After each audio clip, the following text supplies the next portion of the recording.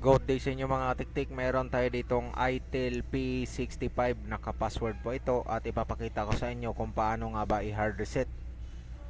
So ito na yun mga katiktik, ang pag hard reset. Kapag nakalimutan niyo yung password, i-hard reset nyo lang, power off yung phone, long press lang natin yung power switch. Ayan. Tapos siyempre pindutin natin tong power off.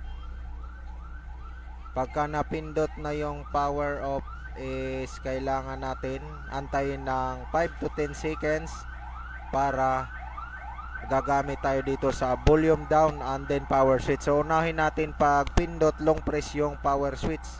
Long press natin ng 5 seconds. So unahin natin ang power switch tapos sunod natin agad yung power volume down. 1, 2, 3, 4, 5 volume down. Tapos pag lumabas yung logo, bitawan lahat. Tapos balik agad sa volume down. Long press ang volume down hanggang sa lumabas ito. Ayan o, malabo yung brightness, pero ito pumasok na tayo sa recovery.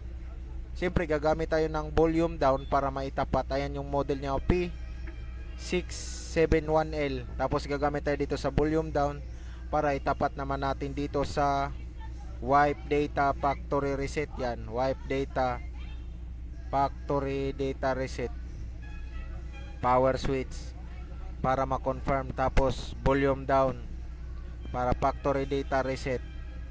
Yan, power switch para mag-reset na siya mga katiktik. Yun yung confirm niya.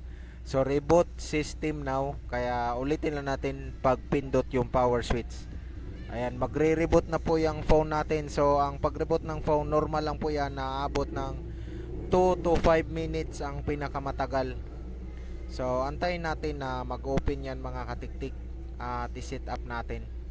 So at least nakakuha kayo ng idea doon sa ating pag hard reset ng itel P65. At kung isa ka dito sa natulungan mga katiktik, pwede ka mag-comment dyan at syempre mag-like sa ating video. Ayan. At kung may panahon ka pang mag-subscribe para sa more updates sa ating tutorial, no, more updates sa ating channel o sa susunod pang video, so pwede ka rin mag-subscribe. Pero pag hindi mo hilig ang ganyan, huwag ka nang mag-subscribe. Diyan lang, manood ka na lang. Ayan, so konting hintay lang tayo dito. Hintay-hintay lang tayo na mag-open yung ating itel. So hindi ko na pinapass forward. So ang video na ito is maiksi lang naman, 4 minutes lang naman ang iyong hihintayin kasama na yung pag-set up sa phone after hard reset. So kapag meron siyang FRP, enter nyo na lang yung Google account na nilagin nyo doon sa Play Store. So make sure ang lahat ng file dito mga tiktik is burado. Kaya make sure na wala kayong kailangang files bago nyo gawin ang ganitong process sa pag-reset ng iyong itel P65. Dahil kapag mayroong kailangang files is burado po talaga. Kaya tandaan mo, wala ka ng kailangang files, pwede na itong i-reset. Ayan, so nag-open na yung ating itel P65. Isi-set up lang naman ito. Set up lang. Ayan, hindi kapag ka dito kasi mga katiktik, kapag hindi nanghingi ng Google account, didiretso na yan sa home screen. Pero kung manghingi ng Google account, kailangan pa natin gamitan ng tools yan. So next upload natin, makikita nyo ang direct. Yun ay direct mga katiktik. Halimbawa naka-passcode pa or password, tools lang ang gagamitin. Hindi mo na kailangan ni hard reset, diretso na po lahat mga katiktik.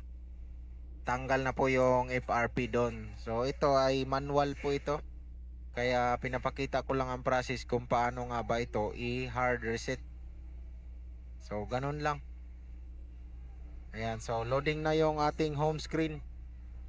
So pag nagbukas to ay maraming salamat sa panonood at hanggang sa ating susunod na video tutorial. Ayan mga tiktik, lock screen natin at wala na pong siyang password. Okay?